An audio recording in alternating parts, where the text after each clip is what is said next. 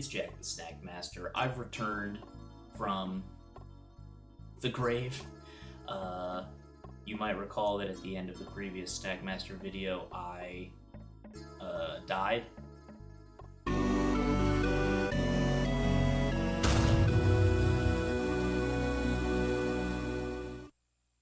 think, unless the last one that I did was the popsicle soda and not the Minecraft chips, and I don't remember because it's been roughly 1 calendar year since I made a snack video, or since my untimely demise while filming a snack video. And of course, my work on this earth is never done so long as new sodas and chips continue getting released that I have to evaluate, and that's why I'm here on your screen today. To evaluate 2 new varieties of Mountain Dew Baja Blast, which have hit shelves recently.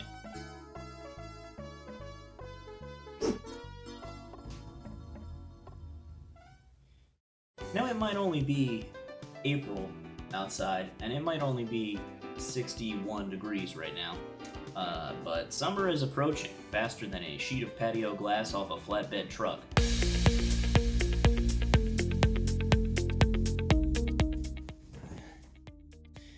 Hi, I'm Jack Grimes. I used to play Jack the Snack Master, and today I'm going to be going over some of my most iconic failed bit executions. Summer is approaching faster than a sheet of patio glass off a flatbed truck. Yeah, I remember this one for sure. I'll tell you what I was trying to do is, in like 2010, there was an episode of the Colbert Report where he said that exact line about the glass falling off a truck. About like the election or something, and they cut to like 1 second of footage from some low-budget movie where a like badly made dummy gets like cut in half by a sheet of glass falling off a truck, and I always thought it was really funny as like a completely weird non sequitur, and I saw it when I was 12, so it always kind of stuck in my head as a like really funny absurd bit, and so I said it in the video.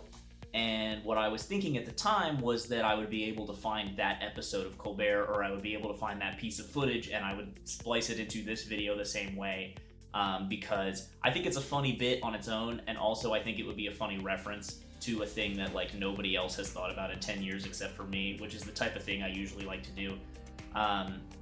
So I was really confident when I said it on camera that I'd be able to find it. And I was not able to find what episode it was, or what movie the footage was from, or even anybody talking about it to confirm that I didn't just imagine it. So yeah, definitely one of my most iconic flubs in terms of thinking of a bit and then being able to execute it in the edit. But I did leave it in the video. Yeah. That's one that I still think about for sure. I both like and hate summertime. I think it's true that people subconsciously like summertime because you have it drilled into you that it's the best season as a child because it's the season where you don't have to go to school. And there are some things about it I don't like necessarily. As a pale and scrawny man, as the type of guy who would get sand kicked at him in a 1930s magazine ad for since-banned dietary supplements, I've had to, take up kind of a regimen, and I usually start about this time of year to prep myself for summer and for the 2.5 hours that I'm medically allowed to spend on the beach each year. I've been intentionally sunburning myself a little bit using the stove. I've been eating a little spoonful of sand before bed every night to sort of inoculate my body to start creating those kind of summer antigens. And I think a summer preparation regimen should begin with, kind of a fluid flush of a limited time tropical soda. And thanks to the good people at Mountain Dew, there are now 2 of them available. So I'll be incorporating this into my routine, provided that they are any good, which is what I'm about to find out. I think I'm going to look at the pink one first. This is Mountain Dew Baja Point Break Punch. Now, my take on Baja Blast overall is that it is pretty good, but I reject the idea of drinking it outside the context of a Taco Bell order. I think if you are not seated at a T-Bell or otherwise eating Taco Bell food, in the car or at home, it doesn't work. They did such a good job, I think, with the original Baja Blast, tailoring it to complement the flavor of Taco Bell goop.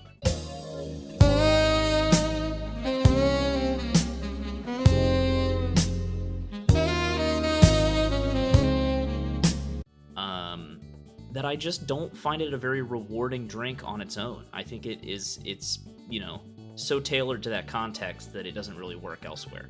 But these obviously are not, the sort of teal syrup that you crave when you're having a Crunch Wrap or a Gordita or etc. These are new. So we're taking a look first at Point Break Punch, which claims to have tropical punch flavor, sort of generic. Maybe there will be some hints here. I do genuinely find the illustrations charming that they do for the Mountain Dew labels. Here's like a wacky octopus guy, and there's pineapple rings flying around, and here's like a goofy anglerfish with like a berry, and the sun is a ring of pineapple. Like these are kind of over the top in a way that's kind of fun. It's the 20th Baja-versary. I guess Baja Blast was introduced to Taco Bell in 2004, and they're celebrating that it's been 20 years since then by releasing new, unrelated, new different sodas that are not the same or derivatives of the same. I would not describe this as a branch of the tree of Baja Blast, a twig off the branch of Baja Blast. I would describe it as a branch off the tree of Mountain Dew. So I guess they are, to me, these sodas are more cousins than siblings. But I guess let's see what we're working with. I bought these at the Dollar General a couple of days ago, so they are cold. They have been in the fridge, and I'm gonna give it a sip. Okay.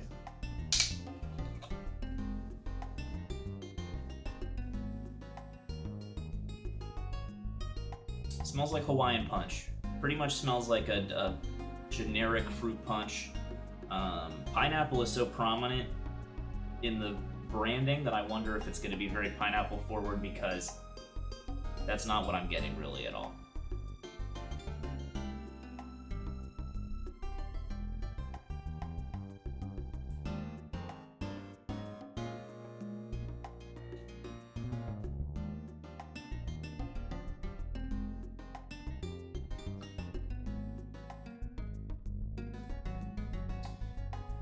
It's very sweet, as you might expect of any Dew product. I mean, it tastes like this color. It tastes like magenta, but it actually doesn't taste terribly much like fruit punch. I guess it's like, I don't really get any pineapple out of that, and I guess I get a little bit of berry, whatever these berries are supposed to be that look like a blueberry, but they're pink. I don't know. Acai. Truth be told, there's just not that much flavor in here at all. It tastes like sugar, and then there's like a suggestion that the sugar is fruit related, and then it's gone. There's not a lot of, I was expecting maybe a little more tartness. This kind of tastes like a default fruity soda. Like if you were creating a character in a soda action RPG, a critically acclaimed soda-based action RPG, and you got to the character creation menu and you selected your class and you selected fruit, and then you didn't change any of the other options or customize it any further, and you just hit start game, this is what you would be playing as in the critically acclaimed soda RPG. It's not unpalatable, it's not unpleasant even, but it's not interesting. It's not that I'm not probably going to drink any more of this, and it's not because I don't like it, it's just because I am bored with it, which is almost more pitiful than if it had been bad. Now it's time to take a look at Baja Laguna Lemonade, which is a mango lemonade. Oh, sorry. Should have known that would happen. It's a mango lemonade soda, which sounds promising to me. That seems like it could be kind of good. Looks like we've got the Fruity Loops logo on here, and some lemons, and like a cubed mango, and a parrot with a little hat that has a little leaf on it, which is fun. Does he have like a beak piercing, or is he wearing like a monocle? I don't know. And then over here is a starfish guy who is really snorkeling. He is really sucking that snorkel. And the sun here is a lemon slice. So I guess this label takes place in a solar system that orbits a large lemon slice. And this one is set on a different planet which orbits a large glowing pineapple slice. So an interesting kind of an interesting kind of science fiction universe being built between these, because both of them seem to have otherwise pretty similar characteristics, including exactly the same wave and very similar clouds. Actually, exactly the same clouds as well. So that's interesting. Maybe this is some kind of parallel dimensions concept. I know sort of the multiverse has been really hot lately in culture.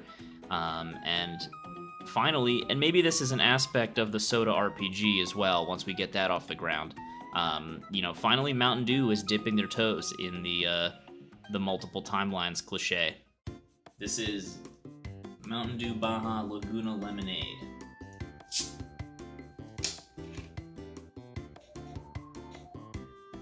Oh. So it smells like mango. It smells like mango flavoring. It smells a lot like the mango Trident gum that moms like.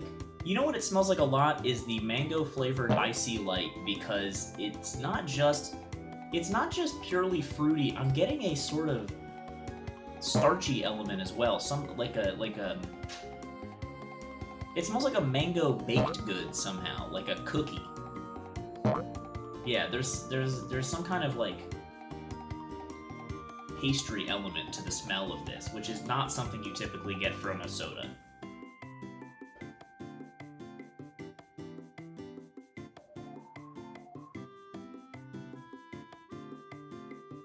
Okay.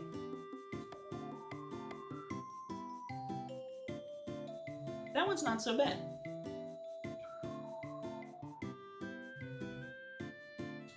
This is what I want out of a fruity soda. It's not just overwhelmingly sweet. You can tell roughly what fruits it is supposed to represent.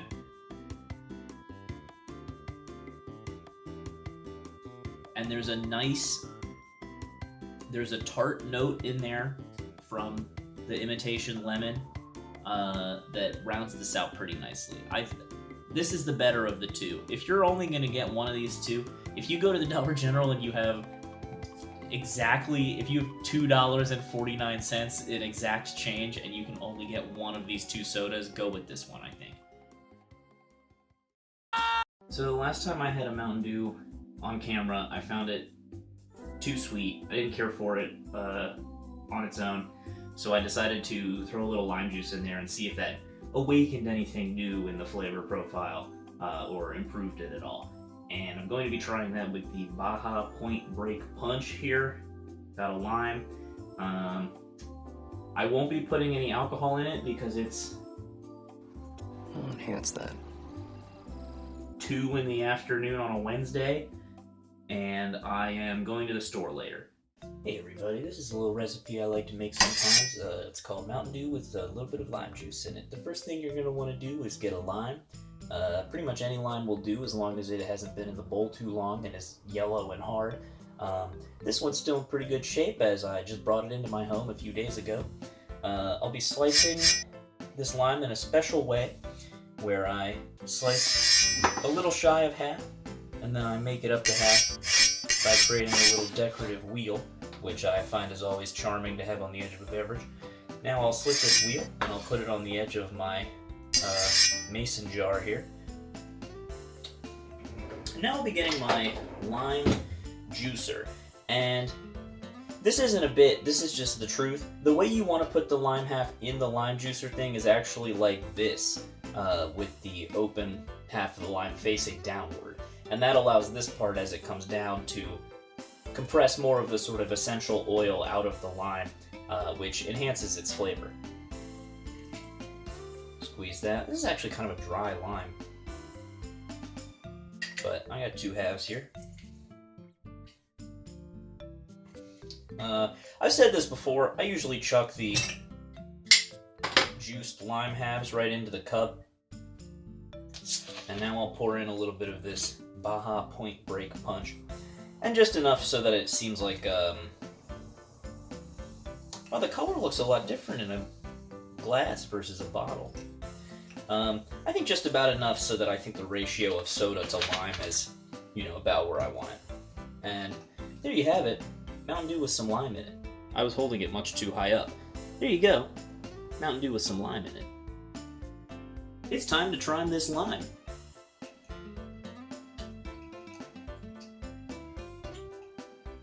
Okay. It's helping as much as it can, and I think I'm just looking for an interesting flavor where I'm not gonna find one. I don't think that there's enough. It's not like there's hidden ingredients in this soda that I need to de-sweeten it a little bit to unlock. I think there's one ingredient, and it's just sugar. And when you add some lime to it, it tastes like pink sugar with some lime next to it. Well, now of course it's time to review both of these sodas on my patented Snackmaster rating scale, which I will now reframe the shot to have enough headroom to put the graphic. We all know about the scale. It goes from tastes like gack to Jack would whack this snack back or drink this beverage again, depending on whether I thought it was good or not. And it's time to rate the pink Mountain Dew Baja Point Break Punch, which is a difficult title. Baja does not lead into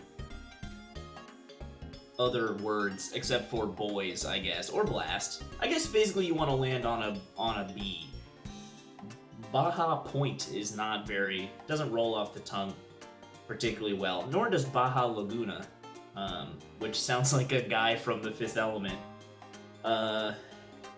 Anyway, Mountain Dew Point Break Punch, the pink one on its own, I'm going to give it a 3 out of 10 on my rating scale.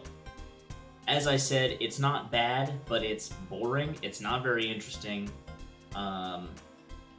You're not going to find anything here that's going to be very memorable. So I would say skip it. Now, Baja Laguna Lemonade. Actually, let me try this one again, because I was drinking the pink one with the lime. This one is the better one. It's a lot more balanced. I would back away from calling it interesting. I'm not, like, you have one sip and you pretty much understand what's going on, but it is good. This one's good and I like it. This one I'm going to give, I think an 8.5 to the Laguna Lemonade. Should I squeeze like 2 or 3 more minutes out of this video by mixing them together and seeing if that's any good? I suspect that it will not be good. Welcome back, everybody. This is a recipe that I like to call the Baja Twofer, the Baja Dos, because it's Mexican. What you're gonna need is a cup with some ice cubes in it, and then you're going to take some Mountain Dew Baja Point Break Punch. I'm using ice here because I've been shooting this video for a little while and it started to come up to room temperature in the bottle. And I'm going to pour a little bit of that in there and listen to that fizz. Put the cap back on nice and tight so that you can let this sit in the fridge, and it'll be more days before it goes flat and I throw it away. And then you're going to take a little bit of Baja Laguna Lemonade, just about an equal part here, and top that up. Creating an honestly quite pleasant color, a sort of sunset orange. But yet to be determined is whether the flavors combine in a nice way, and my guess is going to be no. Okay, both of them combined. Let's try it.